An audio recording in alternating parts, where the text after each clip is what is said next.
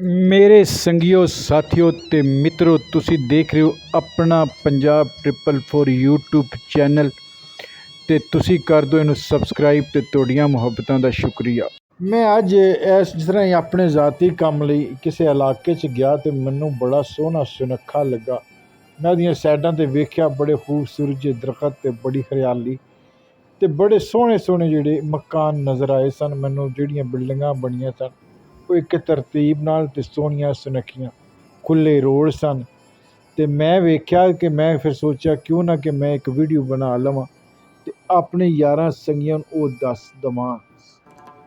ਮੈਂ ਤੁਹਾਡਾ ਸੰਗੀ ਸਾਥੀ ਇਕਬਾਲ ਗੁੱਜਰ ਤੇ ਤੁਸੀਂ ਦੇਖ ਰਹੇ ਹੋ ਆਪਣਾ ਪੰਜਾਬ 444 YouTube ਚੈਨਲ।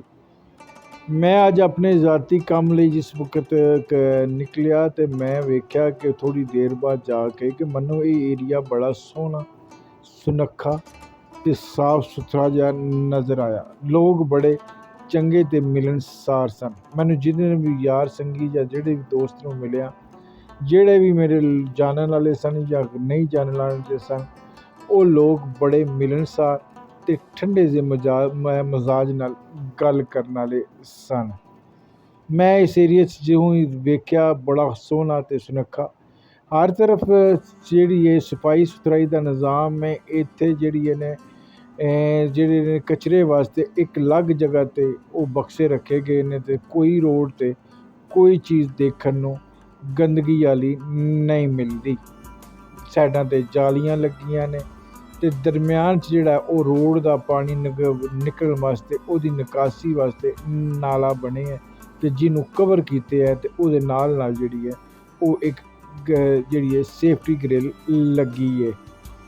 ਤੇ ਮੈਂ ਜੋ ਹੀ ਵੇਖਿਆ ਬੜਾ ਸੋਹਣਾ ਤੇ ਸੁਨੱਖਾ ਤੇ ਮੇਰਾ ਦਿਲ ਚਾਹਿਆ ਤੇ ਮੈਂ ਕਿਉਂ ਨਾ ਆਪਣੇ ਯਾਰਾਂ ਸੰਗੀਆਂ ਨੂੰ ਦਿਖਾ ਲਵਾਂ। ਇਹਦੇ ਇਰਦ ਗਿਰਦ ਜਿਹੜੇ ਮਕਾਨ ਬਣੇ ਨੇ ਉਹ ਬੜੇ ਵਧੀਆ ਤੇ ਲੋਕ ਇੱਥੇ ਜਿਹੜੇ ਰਿਹਾਇਸ਼ ਪਜ਼ੀਰ ਨੇ ਉਹ ਅਪਰ ਕਲਾਸ ਹੀ ਹੈ।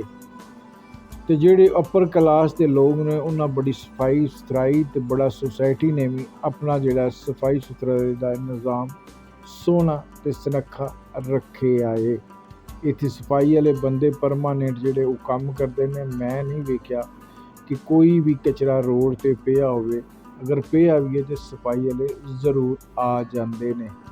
ਇਹ ਤੁਸੀਂ ਚੌਕ ਵੇਖ ਰਹੇ ਹੋ, ਜਿਸ ਤਰ੍ਹਾਂ ਚੁਰਾਹੇ ਦੇਖ ਰਹੇ ਹੋ ਤੇ ਕਿਤਨੇ ਸੋਹਣੇ ਤੇ ਸੁਨੱਖੇ ਨੇ। ਇਰਦ ਗਿਰਦ ਜਿਹੜੀਆਂ ਬਿਲਡਿੰਗਾਂ ਬਣੀਆਂ ਨੇ ਉੱਥੇ ਜਿਤਨੀਆਂ ਵੀ ਸ਼ੌਪ ਨੇ ਜਾਂ ਬੈਂਕ ਨੇ ਉਹ ਸਾਰੇ ਸਾਫ ਸੁਥਰੇ। ਇਹਦਾ ਮਤਲਬ ਇਹ ਬੜਾ ਕਾਰੋਬਾਰੀ ਇਲਾਕਾ ਹੈ।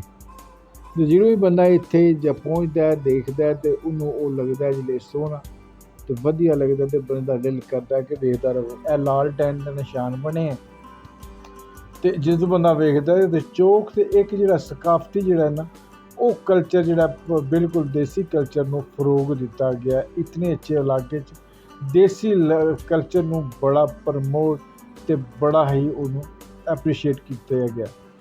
ਤੁਸੀਂ ਹੁਣ ਕਰ ਦਿਓ ਚੈਨਲ ਨੂੰ ਸਬਸਕ੍ਰਾਈਬ ਤੇ ਬੈਲ ਆਈਕਨ ਦੇ ਬਟਨ 'ਤੇ ਮਾਰ ਦਿਓ ਕਲਿੱਕ ਤਾਂ ਕਿ ਹਰ ਆਉਣ ਵਾਲੀ ਵੀਡੀਓ ਤੁਹਾਡੇ ਤੱਕ ਪਹੁੰਚ ਜਾਏ। ਤੇ ਰੱਬ ਰੱਖਾ ਤੇ ਮਿਲਾ।